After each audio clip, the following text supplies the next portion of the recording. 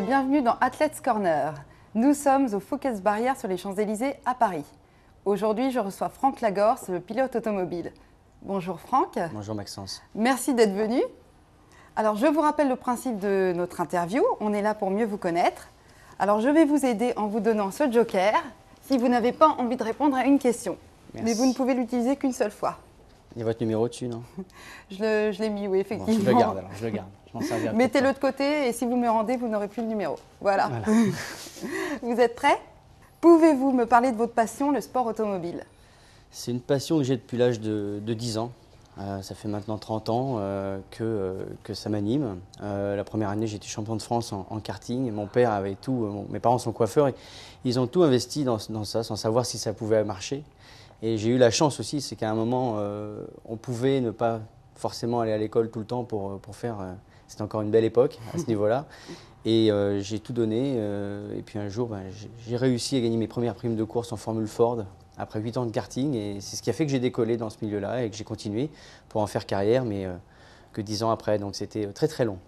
Donc vous avez commencé par le karting et ensuite vous avez évolué. Vous pouvez nous parler un petit peu de votre parcours? Oui, après le karting, j'ai eu la chance de faire un volant. Le premier gagné une saison toute payée. Le deuxième n'avait rien. Et bien sûr, j'ai fait deuxième. Donc il a fallu chercher quelques partenaires, il a fallu s'organiser. Et en fait, c'était le début d'une grande aventure puisque j'ai fait de la Formule Ford, de la Formule Renault, de la Formule 3. J'ai été vice-champion de France en Formule 3000, vice-champion du monde aussi en 3000. Et puis après, j'ai pu accéder à la Formule 1. Et en parallèle, j'avais commencé le Trophée Andros, les courses sur glace. Et j'ai fait 10 ans les 24 heures du Mans. Donc j'ai eu cette chance de rester pendant 15 ans professionnel dans ce milieu. Ça veut dire professionnel, gagner sa vie en faisant son métier, sa passion, et aussi de gagner des courses. Donc je pense que c'est une chance. Et maintenant, vous en êtes où au niveau de la compétition? Alors, je participe au Trophée Andros, j'ai arrêté ma carrière en circuit.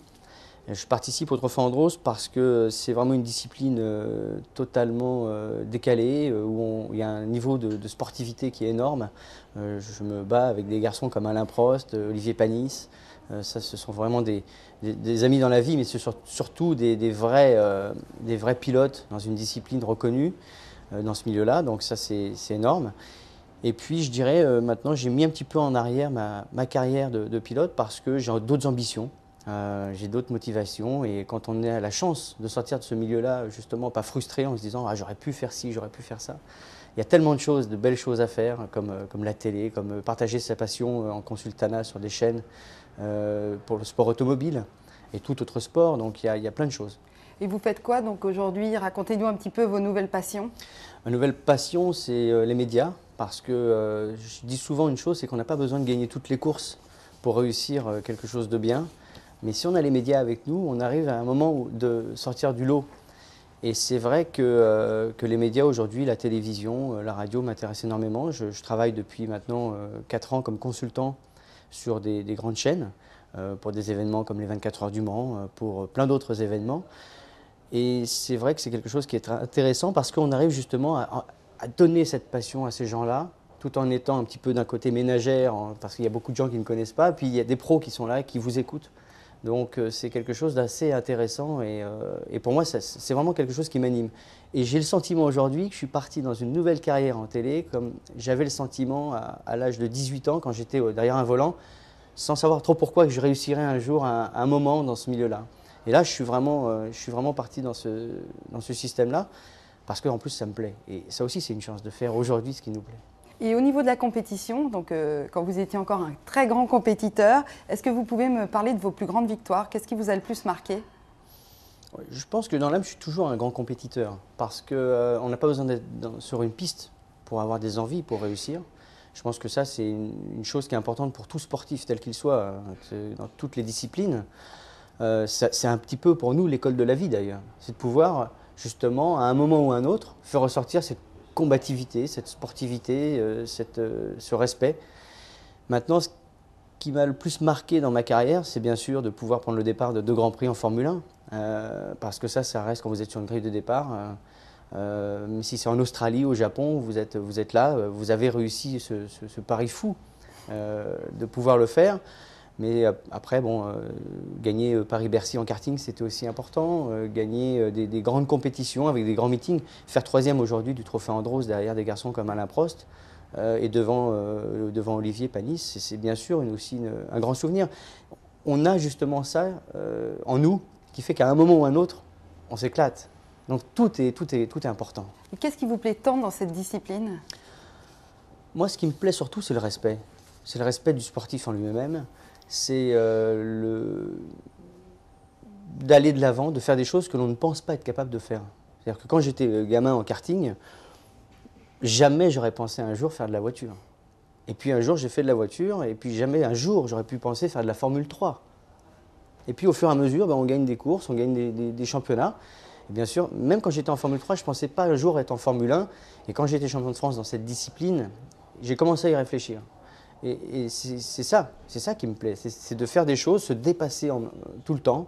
Ce qui me plaît, c'est justement de vivre tous les jours quelque chose de nouveau. Et quel est le petit plus qui vous a fait devenir un grand pilote? Je pense que c'est la détermination, mais ça c'est tout sportif, hein, de haut niveau, hein, bien sûr. Je pense que c'est la détermination, mais aussi l'honnêteté. Parce que c'est un milieu difficile, et c'est vrai que ça a mis du temps à payer. Et aujourd'hui, je pense que mon honnêteté, elle n'a peut-être pas reflété ma carrière, parce que j'ai fait que 2 Grands Prix, et même si j'ai fait que 10 fois les 24 heures du Mans, je ne les ai jamais gagnés. En revanche, aujourd'hui, je me sens bien comme sportif dans mes baskets, et je me sens bien aussi un peu partout, parce que justement, j'ai été honnête avec moi-même, j'ai été jusqu'au bout de ce que je pouvais faire. Et ça, pour moi, ça n'a pas de prix. Et vous n'avez pas de regrets? Aucun. Aucun regret? C'est énorme, aucun regret. J'ai donné tout ce que je pouvais pour gagner des courses. Ça ne l'a pas fait. D'autres, j'ai un peu moins donné, j'ai gagné. C'est comme ça. Mais je veux dire, justement, c'est une chance de pouvoir sortir de ce système aujourd'hui et ne pas être aigri. C'est une chance énorme. C'est-à-dire que oui, j'aurais pu me dire, j'aurais pu faire ci, j'aurais pu faire ça, je pourrais être encore aujourd'hui en Formule 1. Et alors, il n'y a rien d'objectif, de positif là-dedans. Et est-ce que vous avez eu des graves accidents ou des petits accidents? Non, sincèrement, j'ai eu cette chance. C'est-à-dire que j'ai perdu des amis, j'ai perdu des potes. Mais j'ai eu cette chance, c'est de passer un petit peu à côté. Je touche du bois. Hein. Ouais. Mais bon, ça fait partie de son instinct. De toute façon, quand on est pilote automobile, on est fataliste. Pourquoi? Parce que si on prend le départ et que l'on commence à se dire tu te souviens de ça ou il peut arriver ça, non, ça ne fonctionne pas. Il faut être fataliste. Il faut monter dans la voiture, se dire voilà, j'ai quelque chose à faire, j'ai mon job à faire, je vais le faire le plus vite possible, le mieux possible, je vais tout donner et puis voilà, on ne pense pas du tout à ce genre de choses. Ça m'est arrivé, j'ai à peu près une trentaine de fractures, mais jamais de gros trucs. Et vous avez eu des moments très difficiles quand même? Alors, psychologiquement, oui, mais à chaque fois, c'était une épreuve à surmonter. À chaque fois, c'était quelque chose qu'il fallait tourner positivement pour pouvoir se relancer. J'étais en Formule 1 chez Forti en 96 et je m'engage avec cette équipe. Donc, pour moi, l'aventure continuait. Au bout de 3 ans, c'était fantastique. Et du jour au lendemain, l'écurie n'avait plus d'argent, difficultés financières. Du jour au lendemain, ça s'est arrêté.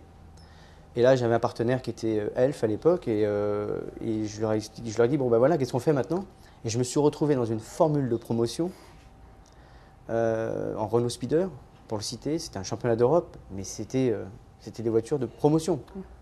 Donc là, c'était une épreuve pour moi. C'était difficile. Je pense qu'une fois qu'on a vécu ce genre de choses, on peut encaisser après. Et des épreuves comme ça vous a jamais donné envie d'arrêter?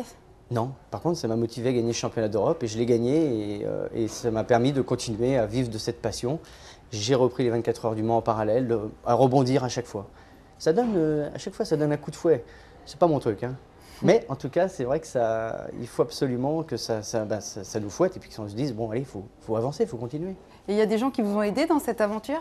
Oui, malheureusement, ce sont des gens qui sont plus là aujourd'hui parce que je me suis rendu compte que justement, dans les moments difficiles, j'étais le seul à me battre. Donc il y a eu un moment où j'ai dit, bon, maintenant il faut continuer à trouver des solutions, un peu tout seul. Et aujourd'hui, j'ai décidé de m'entourer aujourd'hui, par exemple, dans cette nouvelle carrière. Si je souhaite vraiment partir dans les médias et ainsi de suite, j'ai décidé aujourd'hui de m'entourer par des professionnels, par des gens qui connaissent leur métier, qui sont très complémentaires avec mes envies et qui sont très complémentaires aussi par rapport à leur expérience et leur expertise. Et aujourd'hui, c'est vrai que d'avoir un agent avec moi, c'est quelque chose qui me donne de l'assurance et qui me permet aussi de pouvoir avancer. C'est-à-dire que quand on a un doute, quand on a justement le petit doute du pilote, parce qu'un pilote qui n'a pas de doute, c'est un pilote qui est très très dangereux. Ouais. Il faut toujours avoir cette part de doute. Et je pense que dans les médias, c'est un petit peu pareil. Il faut avoir confiance en soi, mais toujours avec un certain recul qui fasse que l'on puisse être bon. Voilà. Et dans les médias, ce qui vous plaît justement, c'est le risque aussi ou c'est le fait que vous continuez à parler de votre passion? Ce qui m'intéresse vraiment dans les médias, on a un point en commun. Il n'y a pas de risque physique. Oui. Mais il y a un point en commun qui est, quand vous êtes derrière une caméra, c'est comme quand vous êtes derrière le volant. Il faut être soi-même et en même temps, il faut, je dirais, il faut vivre ce que l'on peut donner, ce que l'on a envie de donner, ce que l'on peut vivre tout simplement. Et ça, je pense que c'est intéressant. C'est ça qu'il faut, que l'on va chercher justement. Et vous voyez animer une émission? J'espère bien. Un jour, j'espère bien. Mais bon, j'ai déjà animé pas mal de choses sur des grandes chaînes. C'est vrai que c'est sur le sport. Mais à chaque fois, on fait des belles rencontres. Parce que justement, on rencontre des sportifs. Il y a ce direct qui est fantastique. Et puis entre sportifs, c'est vrai qu'on se comprend parce qu'on a des vraies questions, on peut anticiper les réponses. C'est comme dans une course. On peut essayer d'anticiper ce que l'autre va faire. C'est un vrai jeu, mais c'est un vrai parallèle en même temps. Et je pense que ça, pour un sportif en tout cas, il y a beaucoup de sportifs qui se reconvertissent dans la télé ou dans la musique. Parce que vous êtes dans la musique aussi, je crois. Ouais, aussi, ouais. Vous êtes DJ. Oui, mais c'est-à-dire que j'ai mixé avant de conduire. J'avais l'âge de 8 ans. Et on ne pouvait pas faire une double carrière. C'est impossible. C'était impossible en tout cas. Et cette passion de la musique, je l'ai depuis tout le temps. Ce qui m'intéresse, c'est vrai que de raconter des histoires avec les histoires des autres, c'est quelque chose de fantastique. Mais je ne suis pas un DJ, je dirais, un péjoratif de discothèque, de choses comme ça. Moi, ce que j'aime, c'est partager des moments sincères, différents, des conventions, des séminaires pour des grandes entreprises. Ça, c'est intéressant aujourd'hui d'être DJ pour des sociétés, des maisons comme Lacoste, Porsche. C'est quelque chose qui est beau parce que justement, on a une image derrière. Et on représente certaines choses pour ces gens-là. Et ça, je pense que pour un sportif, c'est vraiment une éthique, une belle éthique. On va passer aux personnes que vous aimez. Alors, est-ce que vous avez quelqu'un qui compte particulièrement? Je ne me suis toujours pas servi de votre numéro de téléphone. Est-ce que vous voulez me le rendre ou pas? Attention, il y a d'autres questions derrière. Dites-moi tout. Est-ce que vous avez quelqu'un qui compte pour vous ou est-ce que vous utilisez votre joker? Non, il y a… Bien sûr, ce qui compte pour moi aujourd'hui, ce sont mes enfants parce que… c'est la base de toutes mes motivations. Voilà, pour moi, mes enfants, Ils vous soutiennent dans vos choix, vos enfants? 4 ans et 10 ans, c'est un petit peu Ils jeune. un petit peu. Mais c'est vrai que personnellement, bien sûr, aujourd'hui, ce sont mes enfants avec qui j'essaie de partager le plus de temps possible, qu'est-ce qui me reste. Et puis professionnellement, bien sûr, c'est la seule personne sur qui je m'appuie aujourd'hui, et sur qui elle peut compter comme je peux compter, c'est mon agent, Muriel Belgy, bien sûr. Ça, c'est évident. Et vous leur donnez quoi comme valeur à vos enfants? Toutes. Toutes. Parce que les enfants, ça se fabrique, ça se construit, surtout à cet âge-là. Donc j'essaye vraiment, quand j'ai le temps, de les voir. Mais c'est malheureusement, bon, quand on est séparés, c'est pas toujours facile de faire des choix. En tout cas, j'essaye de donner le maximum quand je les ai. Et ça, il faut qu'ils soient contents de vous voir, les enfants. Voilà. Il faut que ça soit un peu comme le Père Noël. Donc ils sont contents de vous voir. Oui. C'est parfait. On va passer à vos goûts maintenant. Donc, en cuisine, quel est votre plat favori? Moi, j'aime bien les pâtes. Ça malheureusement, j'en ai mangé des tonnes et des tonnes, parce que quand on est sportif, mais j'aime bien les pâtes, parce que les pâtes, on peut faire tout ce que l'on veut avec, toutes les recettes possibles. C'est vous qui les cuisinez, les pâtes? Je m'y mets et pour l'instant, personne ne s'est plaint. Alors, est-ce qu'il y a un plat que vous détestez? Le céleri, dans toutes ses formes. En matière de vêtements, alors, quel est votre style? Mon style aujourd'hui, c'est de ne pas me forcer. C'est-à-dire que j'aime bien être à l'aise. J'évite. Et puis il faut s'adapter aussi. Il y a des fois où. Moi j'aime bien être à l'aise en permanence. Voilà, c'est ça mon style, c'est d'être à l'aise aujourd'hui. Pas de contraintes. En musique, qu'est-ce que vous passez le plus souvent en tant que DJ?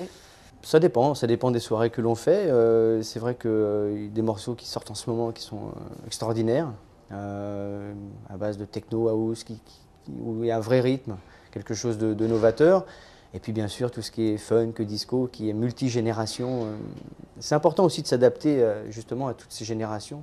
Moi, j'aime toutes les musiques parce que dans toutes les musiques, on peut avoir une inspiration à un moment ou à un autre. Que ce soit un paysage, on ne va pas écouter la même musique. Que ce soit en voiture, on ne va pas écouter la même musique. Donc je pense que dans toutes les musiques, dans toutes les cultures, généralement, il y a quelque chose à prendre. Et c'est ça qui me passionne dans la musique. À la télévision, qu'est-ce que vous regardez? J'aime beaucoup les documentaires. Et puis, ce que j'aime bien aussi, c'est tout ce qui est info, les infos, parce qu'on on est souvent dans notre truc, on n'a pas tout le temps de... Et le JT de Jean-Pierre Pernaut, pour moi, c'est une base. Parce qu'en plus, j'adore cet homme-là, et il transmet lui aussi sa passion quand il fait son journal. Il n'a pas de prompteur. Hein. Je trouve ça énorme. C'est le journaliste qui n'a pas de prompteur, donc il y a aussi ce petit côté passion.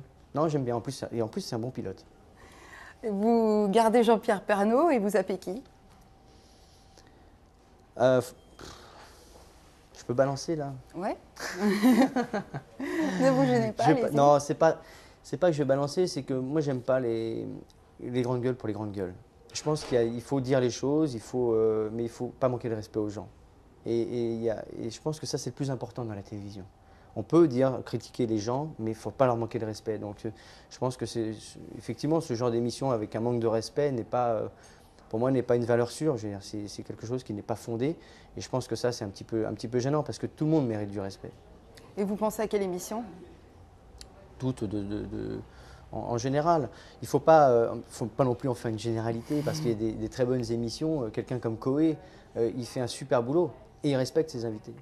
Bon, il y a d'autres émissions où c'est moins le cas. Je veux dire, sans rentrer dans le détail, mais je pense que c'est la base. C'est la base, que ce soit un sportif, que ce soit un journaliste, que ce soit... il faut respecter les gens et je pense que ça, en télévision, c'est ce qui me gêne le plus, en général. Au cinéma, est-ce qu'il y a un film qui vous a particulièrement plu? J'aime beaucoup les Tontons Flingueurs parce qu'il y a de l'authenticité. Il y a quelque chose de vrai. Et puis Audiard, c'est une base, c'est une valeur sûre. Donc j'aime beaucoup ce genre de film. Après, c'est vrai que quand il y a plein de nouveaux films qui sortent, j'aime bien tout ce qui est gadget aussi, Mission Impossible et tout ça, c'est avec des effets spéciaux. Par contre, je ne suis pas trop science-fiction. Voilà, la science-fiction, pour moi, c'est de la science-fiction. Ça reste là où c'est. Voilà. Et donc, vous n'aimez pas la science-fiction. Est-ce que vous avez un nom de film? Écoutez, j'ai regardé hier soir un film qui c'était... Aidez-moi, on n'était pas ensemble, je vous promets. Qu'est-ce qu'on a regardé hier soir? C'était La Guerre des Mondes. C'est ça, pourtant on n'était pas ensemble, je vous promets. Et voilà, ce genre de film à l'américaine, un peu, bon, il y a une quête survivante, bon, voilà, je veux dire, bon, ce genre de film n'a aucun intérêt. Je m'en suis rendu compte à la fin parce que je ne l'avais jamais vu. Bon, j'ai une belle télé, donc je me suis dit, bon, il faut que je regarde ça, mais à part quelques effets spéciaux, voilà. Et en sport, quel sportif vous admirez? Ah, ça, par contre, je ne peux pas prendre mon joker parce qu'il y en a tellement. Moi, j'admire les sportifs qui se donnent du mal et qui partent de rien. Moi, je suis parti de rien. C'est-à-dire que, comme je vous l'ai dit tout à l'heure, bon, mes parents étaient coiffeurs. On est parti de zéro. Il fallait trouver des moyens pour faire du kart. Mon père a mis 2 karts dans la voiture, enfin, dans la remorque, un sur le toit. Enfin, on est parti à 3 faire des courses. On est parti de rien. Et moi, aujourd'hui, j'admire des sportifs qui partent de rien et qui réussissent une carrière. Parce qu'ils y croient et qu'ils se battent et qu'ils ont un don. Et ils se donnent les moyens de réussir. J'admire aussi tous les sportifs qui dépendent uniquement de leur basket. Et vous pensez à qui en particulier? Au Diagana, ces gens-là, parce qu'ils ont un don, il faut qu'ils le travaillent. Et nous, on a des moteurs, on a des pneus, on a peut-être pas le bon moteur, on n'a peut-être pas fait le bon choix technique. Eux, ils ont leur basket. Et ils travaillent leur don uniquement avec ce qu'ils ont. Un tennisman aussi, il a une raquette, mais bon, il y a très peu de différence à ce niveau-là dans les raquettes. Et ces gens-là, ils ont un don, il faut qu'ils le travaillent, qu'ils travaillent, toujours le même mouvement. Et moi, j'ai beaucoup de respect pour ces gens-là. Nous, on a beaucoup de choses, d'artifices à côté qui font que on peut avoir, même si on est bon et qu'on a envie, on peut perdre une course. Eux, le jour où ils gagnent, c'est grâce à eux. Et le jour où ils perdent, c'est de leur faute. Donc ça, cette remise en question, pour moi, elle est très intéressante. Et vous avez un conseil pour les jeunes qui débutent dans le sport auto? Dans le sport auto, oui, le seul conseil, c'est d'y croire, d'être bien entouré. Souvent, des jeunes pilotes représentent uniquement la passion de leurs parents. Ça, c'est difficile parce que je me suis occupé de l'équipe de France pendant 3 ans au sein de la fédération française du sport automobile. Donc, j'ai travaillé pour eux. J'ai été le Aimé Jacquet du karting en France. On a gagné un titre de champion du monde. On a fait 4e sur un autre championnat du monde. Enfin, on a eu beaucoup de titres. J'avais 10 jeunes tous les ans que je sélectionnais, que je formais, on partait en stage ensemble. C'était une très très belle aventure pour moi parce que justement cette envie de partage était géniale. Mais sur les 10, à part des garçons comme Jules Bianchi, sur les 10, tous les ans que je pouvais avoir, il y en aura peut-être un en Formule 1 dans 5 ans, pas plus. Parce que justement, aujourd'hui, il faut pas que ce soit une passion qui est reflétée de quelqu'un, il faut que ce soit leur volonté. Et quand un jeune comprend que d'être pilote, il faut aussi faire du sport, il faut aussi s'entretenir, il faut aussi faire des concessions, s'il a compris ça, il a compris beaucoup de choses. Et là, ça va aller plus vite. Alors pour conclure cette interview, j'aimerais savoir qui vous aimeriez voir assis à votre place. Justement, je pense que ce serait... j'aimerais bien avoir des jeunes aujourd'hui assis à ma place qui justement réussissent un jour à faire une belle carrière, peut-être pas comme la mienne, différente, mais qui puissent avoir l'honneur d'être invités par vous pour justement parler de leur passion. Moi, je mise beaucoup sur les jeunes parce que bon, les anciens, on les connaît tous, oui. Mais en Formule 1, on a besoin de jeunes. Et puis dans le sport automobile aussi en général, on a besoin de jeunes. Un garçon comme Loeb, c'est comme moi. Maintenant, il faut qu'il passe à un moment ou à un autre, pas la main parce qu'il a encore beaucoup de choses à faire. Il a cette chance de aussi vivre de sa passion. Mais il faut miser sur les jeunes. On en a besoin. Vous en avez besoin. On en a besoin et on les invitera. Donc, je vois que vous n'avez pas utilisé votre joker. Bravo, vous gardez mon numéro. Vous pouvez retrouver cette interview sur worldsports-events.com, rubrique Athletes Corner. Merci et à très bientôt. Merci. Okay.